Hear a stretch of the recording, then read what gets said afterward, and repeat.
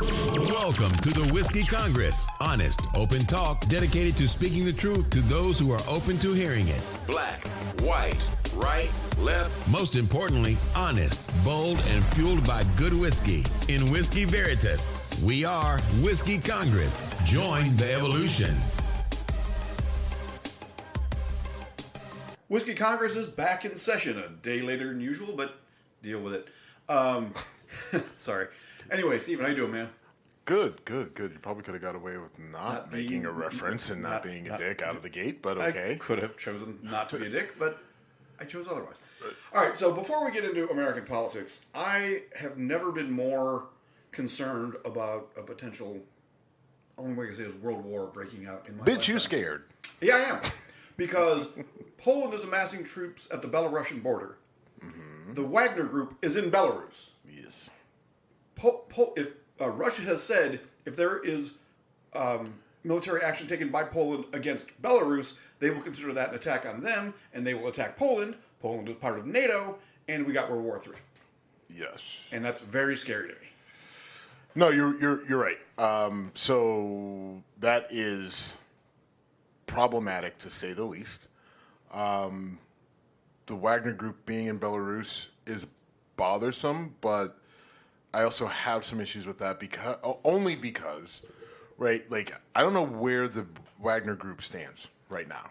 I don't think anyone does. And so we know that they went to Belarus because they had charged through Russia as a protest to Putin and the way he's, running a war in Ukraine. Right. They stopped short of Moscow. Belarus brokers some sort of a peace deal between the Wagner Group and Russia, or Putin, I guess. Yeah. Then the head of the Wagner Group, I can't think of his name. Prigozhin disappears for a while. You thought he was dead, and you weren't the only one. Other people thought he was dead. I was like, he ain't dead. And he resurfaces. Not sure where he was when he resurfaced. There were reports. St. Petersburg, which is fucking weird. Well, there were reports that he was in Russia, in St. Petersburg, right. Which I'm like, oh, that seems aggressive. That's all hide in plain sight. Right, like so, I think the troops. But there's also a video of him speaking to his Wagner troops, but it's not clear where that is. Was that in Russia or was that in Belarus? So, like, when I say we don't know where they are or where they stand, I mean that both physically and where are their, military, where do their loyalties stand? And so what scares me about the Wagner Group being in Belarus is it's going to be propped up as they're there just to protect the Belarusian people, and their leader, who is, not the most solid guy that, in terms of our political leaders. But they're there to help and support and back them up. Okay, fine, that makes sense. But what also scares me is that could they be used to do some sort of a false flag sort of thing to draw Poland in, and make this even messier? Because right now, I don't know what's going on over there. But it feels like Russia, clearly Russia isn't doing what they thought that they were going to do to Ukraine in terms of just plowing right through them. Right. Everyone thought it was going to be over in a matter of weeks. Well, we're going 18 months or something? Right, into multiple years. And so is this an effort by Russia to just muddy the waters, right? So we forget that this was all about Russia and Ukraine, and then it turns into this world war that no one really wanted, where then now Russia can pull its ties to China, right, into the mix, and now you've got Russia and China the U.S. and NATO. I don't know. So you're right to be concerned. You're right to be scared. A big world war kicking off with Poland, right, feels awfully familiar. Annoyingly, oddly, terrifyingly familiar. So, it's definitely something that we have to watch. Yeah. Yeah, and I think I was going to make the point until you did that. This is just the stage is set for something misleading to happen, and wars have happened because of And then also, there was something odd that happened last night. A building in Moscow was hit with a drone. I saw that. Don't know where the drone came from. It's assumed that it was a Ukrainian drone, but my mind immediately went to, did somebody in Moscow fly that into a building to make it look like it was Ukrainian I don't know, to give rise to Moscow escalating in Kyiv? I don't know. Well, I thought of that, and then I thought, well, how much more escalation can they have? Well, yeah. But if they're losing the public support and you need to make your people feel scared, and now they're hitting us. Well, so then the next step is more people signing up. Is this to get people to sign up for the draft, right? Like, oh my God, they're hitting you at home. Right. We need it's all hands on deck. We're all one. We are one body. If you love Mother Russia, you better get out there and defend the motherland. Just like what these Ukrainians did. I don't know. It's just a very confusing, scary time. And I said very early on in this that what did it feel like in Europe and the U.S. in the 30s? Because when you read a history book, you think, okay, this happened, and you see the sequence of events on the same page. Well, it took years. Yeah. And I mean, I think what I'll say is that it's different because this is happening in real time. We're getting these reports in real time. You have so much more access to information from different sources. You also have people that are actively putting misinformation out there that aren't even directly connected to anything. They're just putting out random bullshit just because it's what the other side doesn't like. So you have all these other factors that you didn't have then that I think they're just not comparable times, right? Like you could have comparable, like terrible outcomes, right? In terms of war, but the lead up, like there is no comparison between this and that. It was a lot tougher to be a troll in 1939. Well, yeah, it was a lot, but it was a lot tougher to be a troll. It was a lot tougher to get information. It was a lot, you know what I mean? Like you really only had one or two sources of information: the radio and the newspaper, right? Right. When the Germans invaded Poland, I wonder how long it took for that to get to the U.S. Exactly. I don't know. I mean, could have been hours, could have been days, could have been. I don't know. It's one of those things where, like, it's actually the argument that racist people make about Juneteenth. You know what I mean? It's just like, well, I mean, like slaves were, he did it before. It was months before this that it actually happened. Why are we celebrating Juneteenth? Like, well, motherfucker, they were on horseback. It took a minute to get all the way to Texas from Washington, D.C. So, that's why it's a little later than the actual date that it was written down on the fucking lambskin paper that they used. And so same sort of thing, like, didn't take quite that long. But, like you're using, what are the things with the... telegraph? Yeah, the telegraph, Morse code, all that shit, whatever. I don't know how they communicated back then in the, 30s and the 40s, but I guess like... They had radios. Yeah, they did. I don't know how any of that shit works, but I'm just saying. I've seen Inglourious Bastards. I know they had radios. It probably moved a little faster than we're thinking, but either way, it was nowhere near as fast as the way information moves now. Correct. Right? And which is why I think that you can't measure the thought, because we've all been acutely and directly aware of what's going on in Russia and Ukraine, and everyone's first thought was, like, we didn't even go to World War III. We just everybody jumped to nuclear war, right? Right. Like, that was everyone's first, like, fuck, Russia, war, Ukraine, nukes, right? That's kind of where everyone jumped to, and now we've actually transitioned back a little bit and regressed and said, okay, well, before we get to a nuclear war, there may be a world war, right? And I think everyone's kind of tensing and waiting for it. And there's only so much that we can do, right? Yeah. I mean, like the U.S. literally can't, like, if other than what we've been doing, right, sending supplies and training, right, that's as far as we can go, and that's really as far as anyone can go, right, outside of really Ukraine and Russia, and that's what else are you going to do, right? Until something happens that pulls someone else in, like, right, which no one wants, right. But that's the thing that everyone's waiting for. But I think this, in my opinion, this is a bimodal situation. We're either out or we're in. If Russia attacks Poland, or if Poland, Belarus have a skirmish and Russia invades Poland, and we say, okay, NATO, we're going in, we can't half-ass it. We've got to, like, literally just I'm not saying nuke. That's how we came out. I'm taking that back. But we can't, Here's the problem.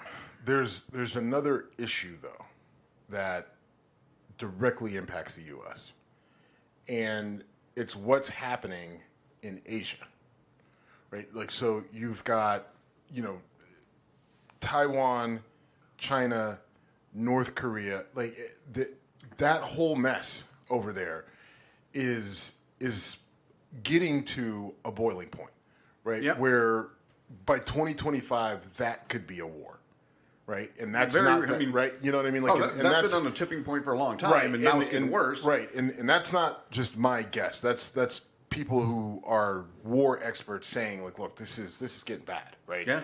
And in looking at ship movements, troop movements, war games, war exercises, North Korea just firing random ballistic missiles and to just doing what they do, right?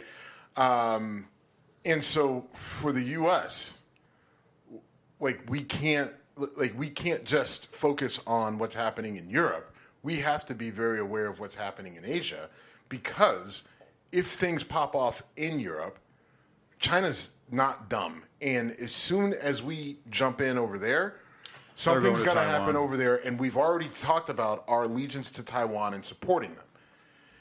And China will, I think the belief is that if we get into an engagement in Europe, world war or however you want to define it, right? Because everyone's going to try to tiptoe around using the word war. So they're going to come up with 42 different terms on what to call this military aggressive entanglement of soldiers that are trained to fight using bullets. But as soon as that happens, China's going to be like, all right, well, their back's turned, so we're going to do what we do, right? And so then what, right? Yeah. And we're going to have to be prepared for that. I think we need to be prepared to, essentially fight a war on 2 to 3 fronts. And I don't know if we are, in terms of military preparedness. I don't know of a military force that was ever good at fighting on more than one front. Right. You're going to have to, though. No, yeah, I'm not saying you're wrong. And listen, in more so than any other way, this isn't just going to be everybody get on the front lines and run at each other. Now you're talking about unmanned drones. You're going to be talking about, digital warfare and hacking. Sure. And it's it could get really scary, really ugly, because they can attack us here at home without bullets or missiles, in ways that could absolutely cripple us in other places.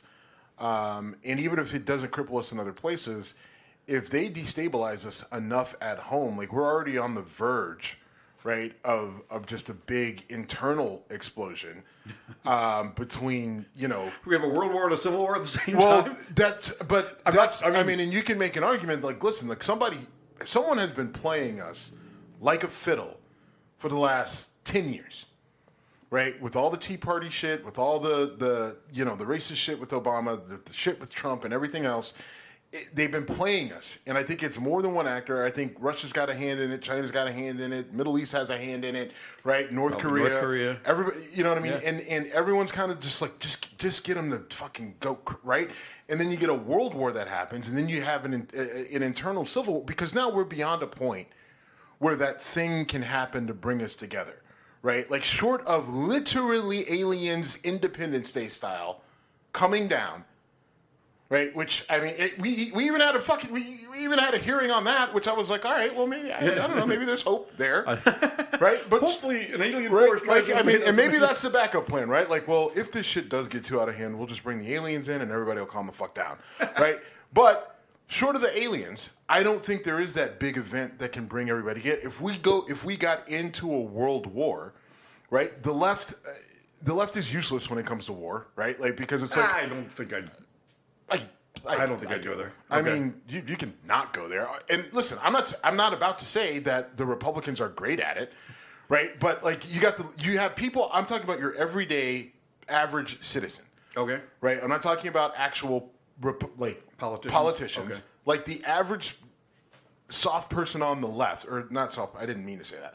Your average person on the left, though, is not going to be supportive of war, right? And they'll they'll Sure. sugarcoat it and everything else, and this is bad, make love not war, blah, blah, that whole fucking thing, right? Then you got your hawks on the other side, but then like the division on the right about war and everything else, it's going to be, well, we need to just focus on us, right? They want to go the isolationist route and everything else, and okay, fine, but then maybe you can get away with not really engaging everybody on the world war front, right? Like just let the military do the thing. But everything that we have going on here, right, with the war going on over there, I think it will be easy to light the powder keg here at home, right, through maybe some sort of a digital attack, right, where some sort of hacking attack where it fucks with people's money, it fucks with the water supply, just something gets fucked, right? People start pointing fingers, right? You do one other thing to sort of damage it, and then boom, right? It goes off here at home,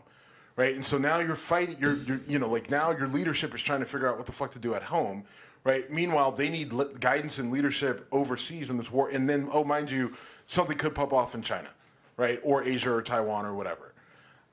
So you're right to be scared. You're right to be concerned. And I think the implications are way bigger than just something that happens in Poland. And yet a lot of people on the right are just like, oh, no, we should just stay out of it completely because it has nothing to do with us. I'm like, okay. Well, according to Trump, I watched a Trump speech in Pennsylvania, and according to him, China is building military installations in Cuba. Now, I don't know if it's true or not, but that puts him right off our coast. Okay, so he's not far off there. Okay. I don't. China has expanded their reach into South America, into Mexico. I don't know for sure about Cuba, but I know that it's been mentioned, and there may be official, but I know it's high probability. They're putting military installations way closer to us than I'm happy with. Now, I don't know if it's a military installation. What I heard was that there's a lot of Chinese intelligence and military folk helping Cubans with other things that have been neglected since the embargo with the U.S. and sort of kind of going in and filling in some of that back channel stuff that Russia had been doing before. And so could that mean military installations that are disguised or something along those lines? Maybe, but again, that just kind of goes to that point, right? I think you were kind of supporting what I was saying by adding that. Absolutely. So, and then staying on Trump for a minute, you put on the board the Trump superseded indictment. I didn't read anything about this, so I'm going to throw the ball to you. Okay, first of all, like a superseded indictment, like my God. So what that means is, so they indicted him. Yep. Right, and then they said, "Oh wait, there's more." Right. Which it happens, but it's not overly common. But there's nothing common about indicting a former president, so here we are. Yep. And it really it centers around obstruction of the investigation and trying to destroy evidence. You basically had a maintenance worker who was charged with moving evidence around and trying to destroy it, and. People on the right, Trump supporters, MAGA, everything else, are trying to make it seem like this is all a bunch of hooey and he said, she said, and everything else. This is from the charging document because part of the thing is why I jump. I've criticized other people not reading the thing. Right. And I don't mean the headline. I don't mean the article. I mean the actual source material that the article that we're talking about is based from. So this is from the actual superseded indictment. Just a couple things that I want people to hear from the actual document. The classified documents Trump stored in his boxes included information regarding defense and weapons capabilities of both the United States and foreign countries, United States nuclear programs, potential vulnerabilities of the United States and its allies to military attack, and plans for possible retaliation in response to a foreign attack. The unauthorized disclosure of these classified documents could put at risk the national security of the United States, foreign relations, blah, blah, blah, blah. Moving on. There was another... Oh, here it is. In July of 2021, at Trump National Golf Course in Bedminster, New Jersey, during an audio recorded meeting with a writer, a publisher, and 2 members of his staff, none of whom possessed a security clearance, Trump showed and described a plan of attack that Trump said was prepared for him by the Department of Defense and senior military official. Trump told the individuals that the plan was highly confidential and secret.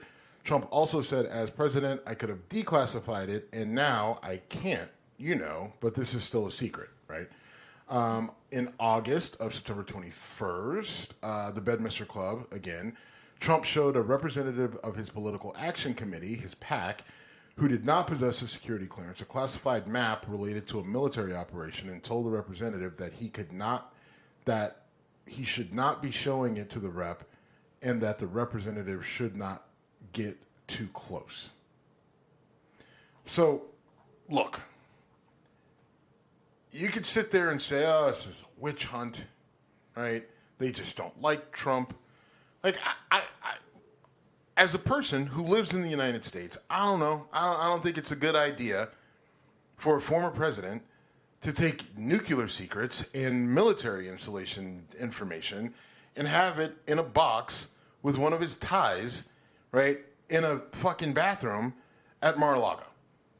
Yeah, I think that's a fair... Yeah, when he was saying why he didn't give the boxes back, it was, I've got stuff in there. I've got golf shirts. I want to go through them. I'm like, are you fucking kidding me? But not even that. But let's just think about it. Like, he had this stuff. Look, and there's, like, he had this stuff. Like, they have it on video, people.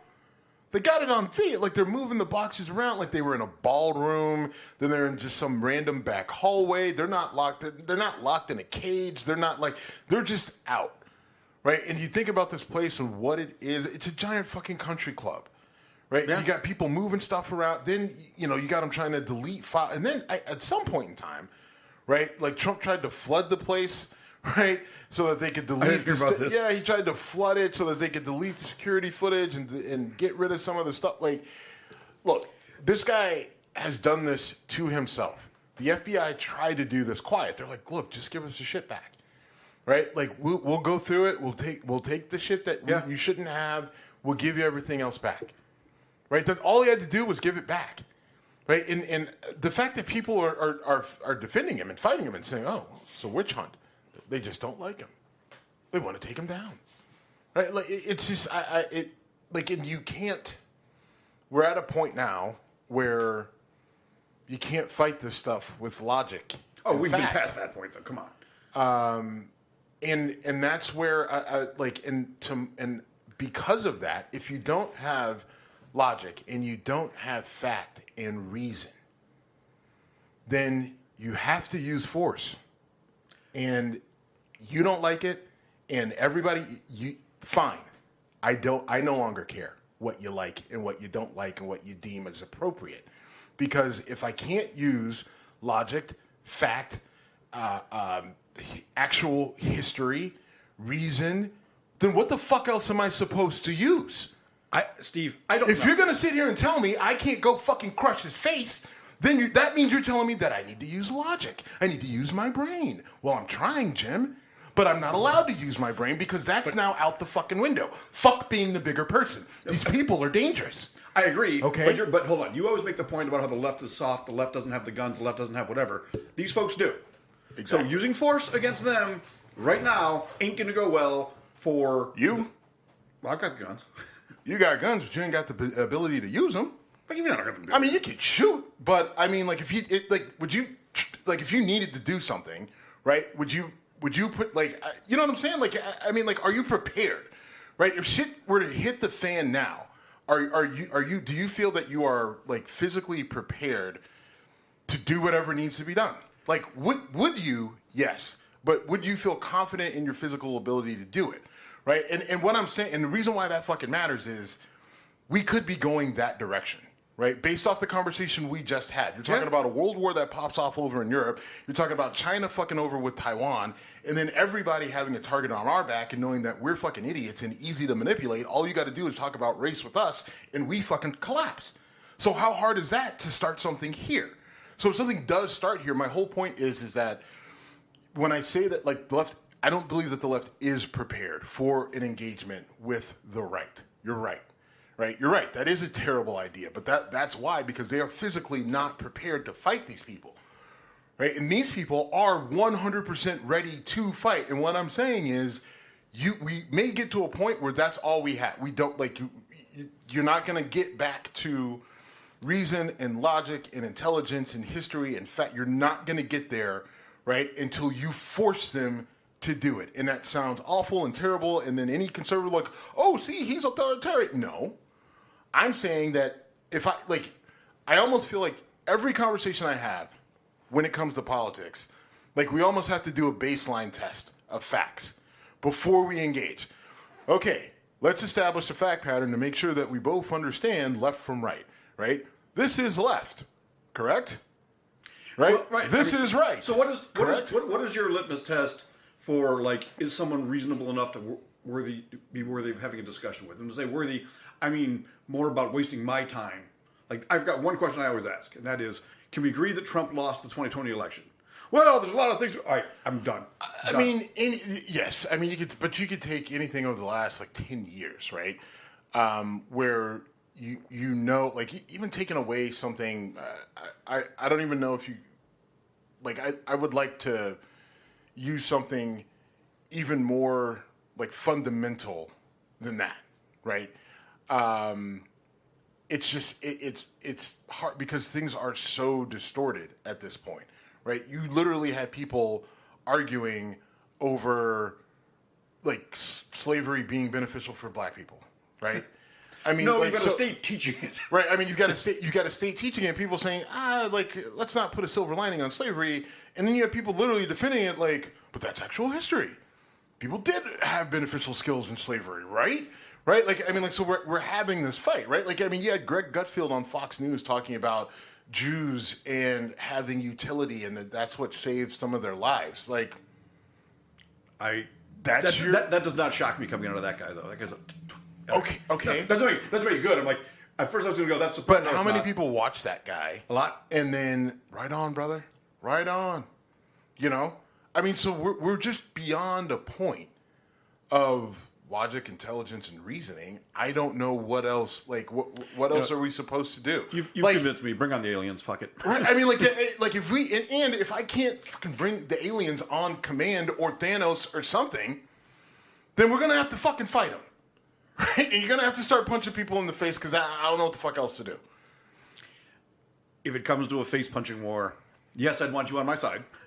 But there's a whole. All right. Is there? You're saying there's a whole lot before we get there. No. There's a whole lot of problems with trying that approach. Look, I don't like the approach. I would much prefer not to have to punch anyone or shoot anyone, right? But what I'm saying is we are devolving as a society to a point where you're going to have to reset it.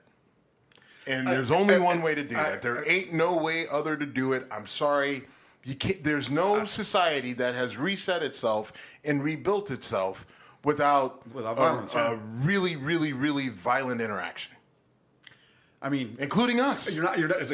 What you're saying isn't wrong. I don't know how that would play out, but not good. No, I don't at all. Right? I'm not rooting for it because once you go down that road, you don't come back. Whatever, it will change you. Right? It changed the way the U.S. worked. It changed everywhere. It changes, right? And it may be better for a little bit, but eventually, and maybe the change is for the better. I don't know, but it would be bloody, a lot of loss of life, and there's no guarantee that whoever wins is the good guy. True. Right, and that's the thing. And there's no guarantee they won't have the Marjorie Taylor Greene's country divorce, right? You don't know. Once you go down that road, you don't know. And what I'm saying is, in order to avoid it, we have to, the accountability that we hold ourselves to has to increase tenfold. Otherwise, we're just slowly or very quickly, depending on how you look at it, slipping into something that we just don't want to be involved in. Right. And that's fighting ourselves. And yet, we could be heading down that road. And I talked to an aunt of mine this weekend. I was in Buffalo, and she was drawing the parallels between the Nazi rise and what's going on in our country now. And she was making some pretty valid points. So they're using the same language, they're vilifying, they're still blaming Jews. I mean, they're going right out of the playbook. I mean, it's a little bit different because I don't think, well, first of all, good luck trying to round up Jews this time around. That No, but I'm just saying. No, I understand it. But the question is, it would be a lot, again, because things are so different, the way information travels, I think, now... The point she was making was the language being used to rally people. Yeah, but that language is... the language never really stopped being used, right? We've taken it, and, if you go through, Nazi language and rhetoric has not gone anywhere, right? Now we're just at a point where we don't like the people using it, so now we're calling it out, but people have been using it for a while, right? Even in our own military. As much as people talk about how much they hate Nazis, and everything about Nazi Germany, which everybody does, and we, for the most part, except for not everybody, except for Tommy Tuberville and crew, I think there's a little bit of virtue signaling that goes on about it, and so people like to say oh well, here's all the parallels. Well, I mean, you could have been saying this for the last 60 years. All right. Well, but it seems to be getting more momentum to me. Maybe I'm just paying attention. No, it's just that you're paying attention, right? And you've got social media, you've got different ways, you've got multiple people being able to call it out and have a voice. But what I would argue isn't so much that it's I'm not worried about the Nazis coming to. What I am worried about, though, is a split and a divide in our country. That is conservative versus liberal. Yeah, I'm not saying necessarily Nazi so much as I'm saying language used to bring up hatred and it's getting more and more momentum. Right, but again, who would in the biggest issue is who's the enemy, right? And because there's no consensus on that, right? Other than your attack on the LGBTQ trans community, right? And I think black people, for the most part, right? I mean, we're generally the most hated anywhere you go, which is amazing, right? American black people, you can go anywhere in the world, people hate us. So, we may be the one that people like the most, but also no one's going to try to round us up. Exactly. Right? That's just no one's going to fucking Chicago to solve that problem, right? Right. But, when we're talking about this, the people making these decisions are old. And when you're not worried about the future because you don't have a long-term one, that makes you that much more dangerous. And that applies to Trump, but it also applies to most of our politicians are fucking ancient. To make your transition even better, I'll help you out. Thank you. You have a lot of people who are in their 70s and 80s that were around for the civil rights movement. And they weren't just kids, right? They were teenagers. And they weren't on the right side of it, right? Now, they can try to whitewash it all they want. You really think Mitch McConnell was on the right side of the fucking civil rights movement in Kentucky in fucking 1964? Unlikely. I would. I'm fair. And you could argue against Biden. Biden wasn't on the right side of the civil rights movement with the shit that we know that he advocated for, which is again one of the reasons why I've said I didn't like this guy for anything. And everyone was just well, he was the one that we need to lead us through this. All right, well, congratulations. Feinstein she's in her 80s. And she's apparently completely mentally gone. Right. I mean, and Mitch McConnell had, I think, a stroke. It certainly looked like it. I don't know what happened. I mean, he came back. I don't either. He came back and he was making jokes about it after, we'll call it a senior moment. Okay. An extended senior moment. I don't know what it was. This isn't the first health scare that Mitch McConnell's had. He's had a couple falls. I know there was an image going around of his hands being, very discolored and not looking good. So his health is of question. And in general, we have a number of these people that are up there in age, over 70 years old. that, like you said, are making the decisions but at the same time, like, Dianne Feinstein isn't making decisions. No, right? but she's casting votes. Or not. And her not casting votes is a problem because it takes away the Democratic majority. Okay, but my point is, for Dianne Feinstein, someone else is doing her job. And the problem is that person wasn't elected, and we don't know who it is. Dianne Feinstein isn't doing her job. I don't care that she's voting. She doesn't know what she's voting for. A lot of times she's not. So, and if she is, someone has told her, they said, just look at the green thing and touch it, or whatever the button or the switch or whatever. Someone else is doing Dianne Feinstein's job. That person wasn't elected. Who are they? And I don't care if it's her staff or aides or whatever. They weren't the ones who were elected, right? Now, you could say that people just filled in a box and her name just happened to be there and they just keep doing the same thing over and over again. But either way, my issue is that you elected Dianne Feinstein. You're not getting Dianne Feinstein doing the job. You're getting her staff and everybody else. Now, you could say that about any politician or whoever or whatever. But what I will say is that it still matters, right? And the people who had a beef with Fetterman, right, when he was dealing with depression or whatever he was dealing with in the hospital, that was a legitimate beef, right? Yeah. Like, can the guy come back? Can the guy doing his job? Like, who is doing his job right now? Recovery from a stroke, too. He legitimately, we know, had a stroke. Yes, right? Like, so I have no issue. Like, I don't care that he's a Democrat. I don't care who he is. I do have a problem with him, like, not being able to do his job. Right? Like, and I have all the sympathy in the world for him for being depressed and overcoming a stroke. But we elected him to be an official, and all this patients' rights, labor rights stuff when it comes to our fucking politicians, I'm sorry. Like, the standard has to be higher. So in these instances where these people become, we need a better succession plan than what we have.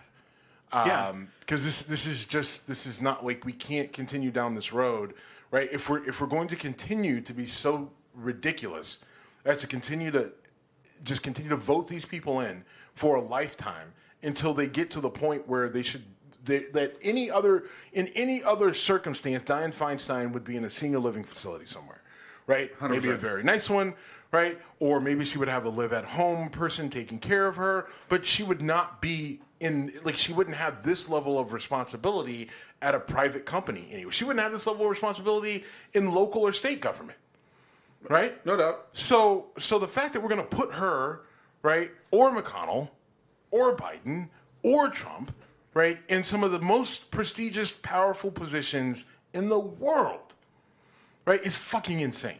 Well, think about it. We're gearing up for the 2024 election. In all likelihood, it will be Trump versus Biden. None of us want that. No one in this room wants that, and I don't think many of the people in the country want that. But there's plenty of people in the country that want Trump, for sure. Yeah, there's plenty that want Trump. That's the problem. I don't think anyone wants Biden. There's not a mandate for Biden, and that's the problem, right? That is the problem. There's not a mandate for Biden, but there is a mandate against Trump, right? Like, so there's a on the right, you do have probably about your 25 to 30% that are just diehard Trump no matter what. On the left, it's, look, I don't want Trump. I don't really give a shit about Biden, and it can't be, Bernie, right? Okay. Or whatever. But Bernie's also ancient. I mean, exactly, right? But I mean, like, but young blood. I guess DeSantis and is probably the closest thing to young blood on the Republican side, and the Democrats don't have shit. No. And I'm not happy about it, but it's true. I mean, and what the Democrats have is not going to be available in this election, right? Like, I mean, I think Buttigieg has developed and grown and is someone that I think people could get behind, maybe. I think... he's not going to run against Biden in the primary, though. That's what I'm saying. Like, people you don't have access to. There was someone else who came to mind as a possibility. But either way, the Democrats are going to play by these old school rules, primary and incumbent and all that other stuff. And so we're going to be stuck with Biden running against... Unless he has the sense to step down, which he's proven he does not. He doesn't, right? Like, so unless something happens... YouTube video without, I'm Joe Biden, please give me money. Unless something happens health-wise, and of course, these motherfuckers just live and live and live, right? Like, you got people dropping dead at 65 left and right, but fucking politicians don't die. Right? Like, they don't die until they're long out of office. And you're like, oh, my God, I thought you were already dead. No, they just retired yesterday.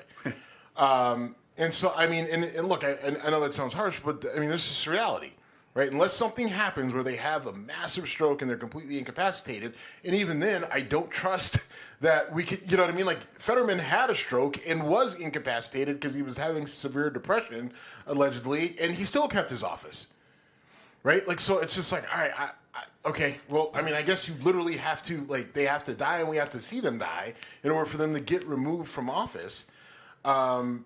You know, to keep these people out. And I do have a problem because I think that I don't feel good about a person who I don't trust was on the right side of the civil rights movement in 1960, whatever, now making policy that is still trying to resolve issues that were left unresolved from the civil rights movement because there was so much pushback against it. And if you are a politician who was on the side, like who wasn't on the right side of that, still making policy decisions today, and who knows what sort of grudges you bear, right? And what sort of shit you know, like that you're still pissed off about from all those years ago, right? Could people change? Yeah, maybe. Do they? Not really. So I have an issue with some of these people that we do have. All four of the people on here, I feel absolutely shouldn't be for that reason. Oh, well, Dianne Feinstein, she's California, blah, blah, blah. Yeah, maybe. You know what, though? She needs to step down so that Gavin Newsom can appoint her successor. Yes. If she cared whoever about... that is, right? Whoever it is. decides. I mean, I don't envision California having a Republican governor anytime soon, but the governor of the state appoints replacements for senators. And Dianne Feinstein is not going to get reelected. I would think she could run for reelection. She did say she's not going to run for reelection. Okay. And who's the woman out there? Porter. Katie Porter. I mean, she seems like the obvious choice. Katie Porter's the obvious choice, but then you got Adam Schiff, who, like, just, dude, go be a lobbyist. Like, what are you doing? Like, you're just... He always looks like he just needs to, like, take a shit. Mm. His face is so tight. But... Anyway, excellent journalism. All right. Yeah, but I like to the point of the, you know, I agree with you there. Like we need to do something about it. But you know, it's just crazy. You know, Biden, McConnell, you know, even Feinstein and Trump. You know, and Trump, like the impact that they have on our body politic is just it's ridiculous. And it's not ageism. It's it's or reality. maybe it is. Maybe it is, and I don't care. Right. Like I mean, it's also reality. Right. It's just it's reality. And if you want to hit me, well, that's ist or an ism or okay, fine. Right. It is. But either way, they shouldn't be running the fucking country. And also back to what you were saying before about foreign powers, you know, working against us. What does it say about our country when we're running Biden against Trump again? Because if I'm China going, really? We get to have that dope back in office who will make our lives easier for us because he'll fuck your country up on you? Or Biden, who has not looked good lately in terms of speaking and whatever. He is showing his age in a big way. I mean, if I'm a foreign power with bad intentions towards the U.S. and I see that, I'm licking my chops. Yeah, I mean, right. Like, it's just like, well, just wait it out, see what happens. Let them fuck themselves up, and while they're doing that, we'll be doing what we want to do. Right. And they'll, you know, they'll dabble, they'll do what they continue to do and get people riled up in social media because it's an easy way to access us. And they will be successful doing it, you know, because we're too stupid to be able to ignore it, turn it off. And we feed off of it. They know that we feed off of it.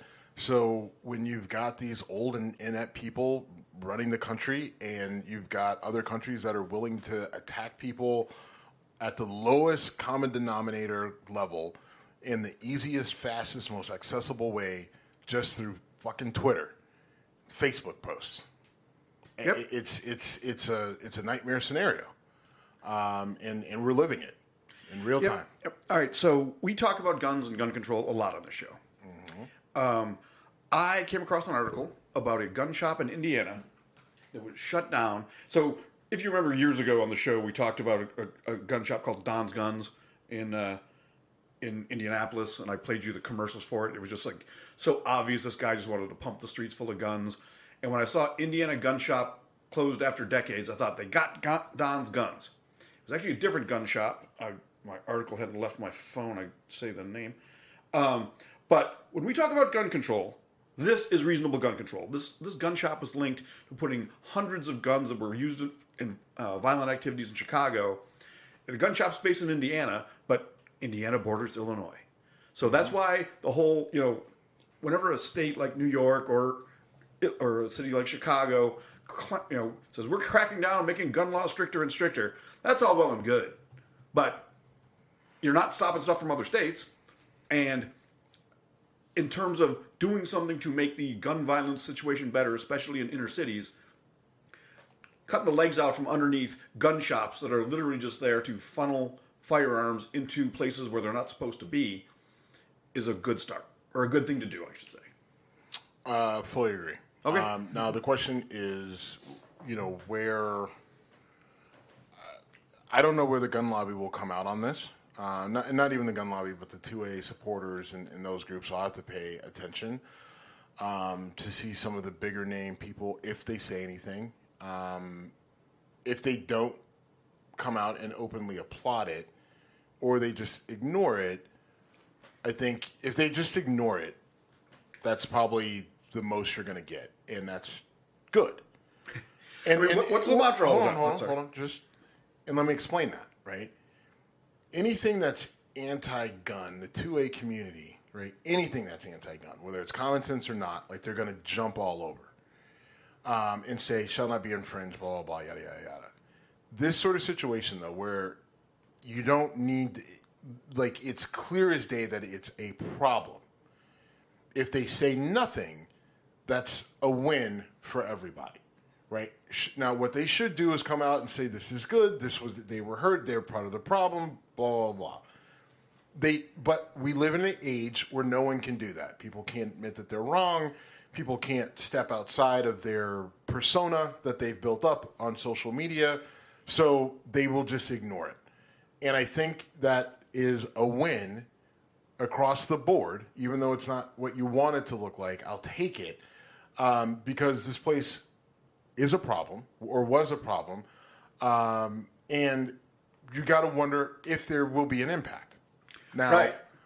I don't, because I just know, yeah, it's guns coming in from out of state, but I also know that Chicago PD fucking sell guns back to the gangs. So no one has the balls to deal with that. No one has the balls to talk about how bad Chicago PD are, right? It's one thing if they're beating people up or they shoot somebody, but they do a whole lot of other shit that makes the show The Shield look like fucking Care Bears. that the fact that it hasn't been exposed yet blows my mind.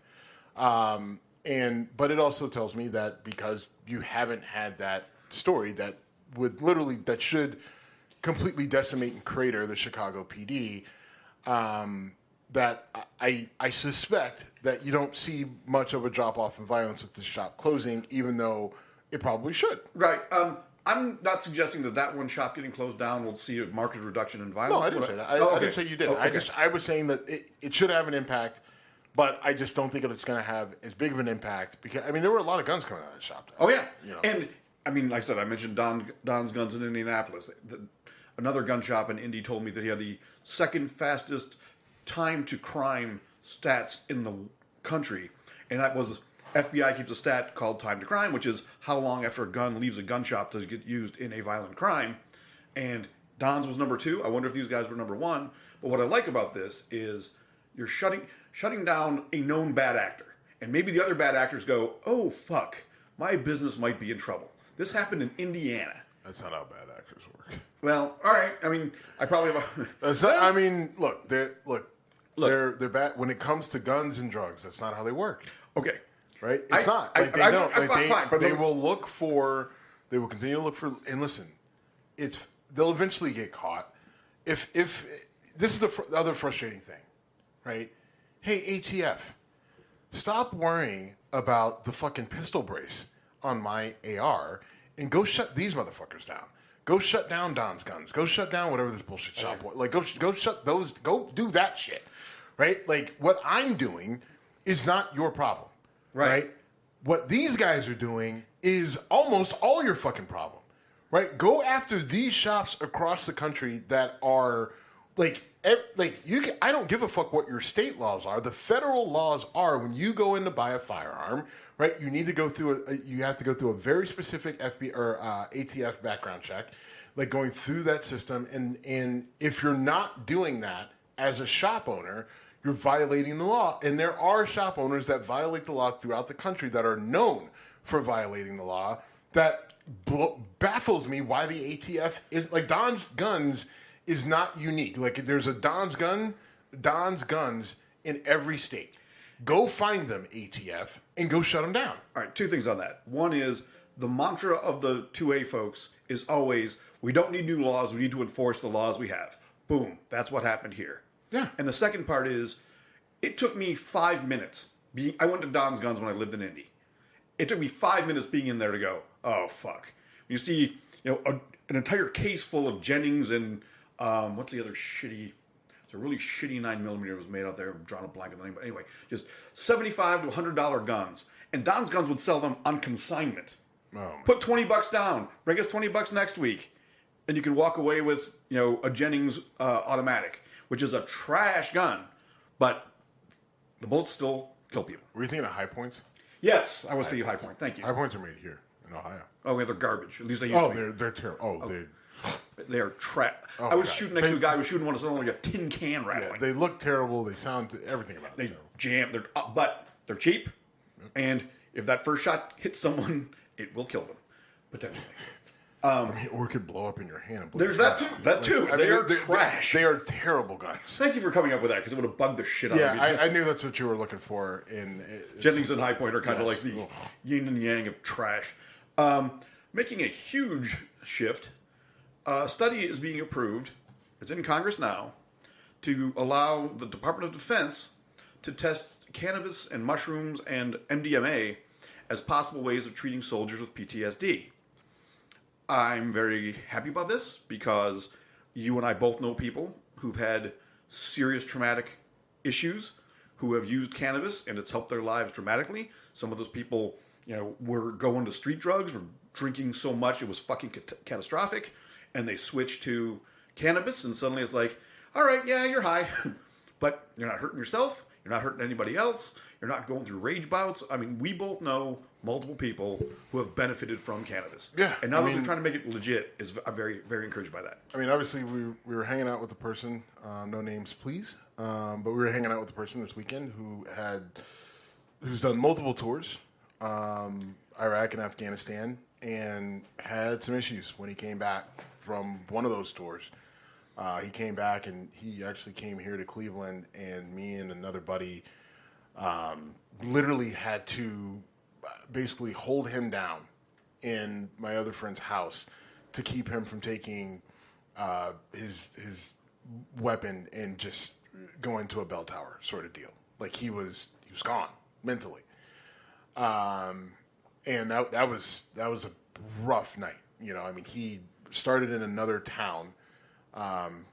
Drank a bottle of wine and a Four Loko, driving to Cleveland to come hang out with us.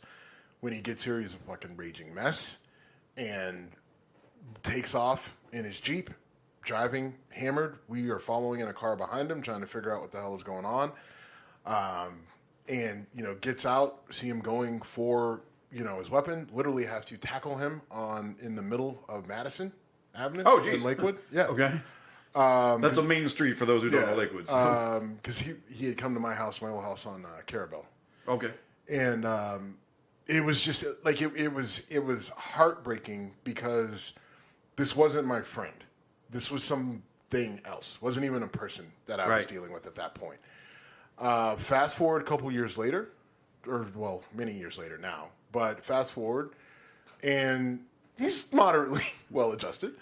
He's got a very good job that is business is booming. Being in the crematorium. Yeah, he's a crematorium. He works runs a crematorium. Crematorium. He burns people. He burns dead people. Anyway, but he's an independent contractor with that. Does very well for himself now. Very stable, but that stability has come with his ability to consume cannabis. He has his medical card. And it is the thing that has helped stabilize his wife. Now, he quit drinking alcohol, but he still consumes cannabis. And, you know, he and I come from that same mindset. So, you know, my buddy is doing much better because, you know, taking alcohol away, but the cannabis has helped him with inflammation. Like he had a knee replaced. He, you know, had surgery on his neck. So there was like a lot of pain and stuff like that. But he was one of those guys who had shifted over into the street drugs to deal with the pain and the mental aspect of things. But, you know, cannabis has been there to help resolve a lot of that, right? Like, so he was able to kick his addiction issues, stabilize his life, reduce the both physical and emotional pain, and just come back to us as the friend that we've known. And I've watched his transformation. Like, I was there for the worst of it, which, I mean, he lost his wife, lost his house. You know, I mean, like, there was a lot that went into that. And so, like, I saw it, but then, you know, he really got into cannabis, and we were all like, dude, what are you doing? Come on, right? But it literally, I believe it saved his life. So I believe in it. And then we had Brian Buckley on our show. I played football with Brian Buckley at the University of Massachusetts. He leaves UMass after year 2, you know, around the time that 9/11 happens, and goes off and you know, goes and becomes Captain America. And then when he gets out, he recognizes the benefits and has become a massive advocate. He's got the Hellman Valley Growers. Yes. And that brand is taken off on the West Coast and in California and Colorado. He is a big advocate and lobbyist, though, for cannabis as it relates to veterans and being able to legalize it so we could study it and sort of hone in on the things and on the benefits and kind of pull that stuff out. And, you know, whether it's pills or people smoking or oils or whatever it might be, you know, researching that and studying it. So, I mean, this is important. Now, let me say something, because there have been attempts in the past, not through the DOD, but through other organizations, to study the positive and potentially negative impacts of cannabis. And they've typically been blocked. One recently passed through the House and got blocked by Republicans in the Senate. If you're part of a veterans group and your Republican senators are blocking the shit, call them out, please. Because I mean, look, I would argue our veterans have plenty of reasons to be calling out our politicians right now. You've got Tommy but this Tuberville. is specifically Republicans, okay. Yeah, but you got Tommy Tuberville that's blocking promotions, right? That's directly fair, yes. That's directly impacting people's like lives and impacting our readiness as a country. You've got, you know, people blocking the potential to help those veterans in multiple ways, right? Like you've got Republican GOP people who don't want to support affordable housing, whether it's for veterans or poor people or pregnant mothers or whatever, because that's not the Republican way, right? Right. It's all pull yourself up by the bootstraps by a bunch of people who have never seen a bootstrap, right?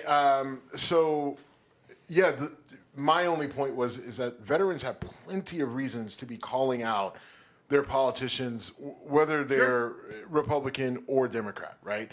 And I think there's a lot of this that does fall on Republicans, because Republicans will fund the DOD. They'll fund, you know, guns and war and all that stuff. Oh, you're researching more war stuff. Oh, we're buying more weapons. Great, right? But it's just like, all right, well, your best weapons are actually the soldiers, and you need to be taking care of the soldiers while they're active duty and also after they're active duty, because they're literally the ones who protected you while you were in office, who protected your constituents while you were in office, and are doing that right now. So you owe them, right, to be able to offer them and provide them with the housing and the mental health care and everything else that they need, because they literally put their lives on the line, and many of them left something behind in some way, shape, or form that you can't replace by just going out and buying it. Right. And they need help from their community when they get back, and especially from their politicians, to make sure that they have the resources that they need, and that's not happening right now. And this may be something that can help. But we need better support for our veterans across the board. Right. And support is what should be happening. But when you're actively blocking things because it goes against your moral compass, fuck off. It's not even the moral compass. At the end of the day, it gives us a leg up in the game, right? That's all it is. It's a poker chip. Call them out. All right, we got to wrap up pretty soon, but we got to bring up the Twitter switch. So Twitter is now X. You are a much more active Twitter user than I. What do you think about this? It's stupid. You bought Twitter, you bought the brand, you bought all of it for a certain amount. Now you're switching it. Okay, I guess, sure, because you love it, whatever. Here's my question. Could it be so he could burn Twitter to the ground? Could it literally be he didn't like it. He didn't like it because they were in Twitter. Part of it, Jack Dorsey and the original Twitter crew, they brought this on themselves to a degree. Okay, they went too far left. They just did. Okay. Right? Like, you could sit there and say, well, there's no equivalent. Okay, fine. But you still went too fucking far with the filtering and the censoring and cooperating with this people, but not as much. They just went too far. And then, at the end of the day, money talks. They went $42 billion far enough. $44 billion, all right. And Elon said, fine enough, right? Because I think the problem was, had they just been more balanced to begin with, right? And I get it, like you have to balance, voice and speech versus hate speech, all that other stuff. But some of it, I think Twitter took. You can make the argument about the public square and what should be allowed and what shouldn't be allowed. And I think that Twitter should have thought about that more when they were deciding who that they were going to go after and who they weren't, right? What sort of rhetoric was okay, what sort of rhetoric wasn't, right? Because if you throw the hammer down on extreme left and extreme right in equal amounts, and like we've all seen the data, right? Like it was, like they did censor people both on the left and the right, but the numbers were way heavily more skewed to the right, and there was plenty of nasty shit on the left that probably should have been as well. So you either needed to do it equally across the board, heavy-handed, or you needed to scale back on the side that you were shifting more towards, no matter what you think about it.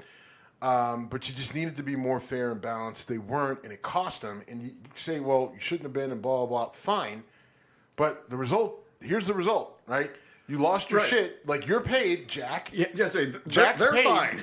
But this thing that you were so passionate about that you had to protect and blah, blah, blah, blah, blah, is now literally just not the same thing anymore. It has a whole different name. It has a whole different feel.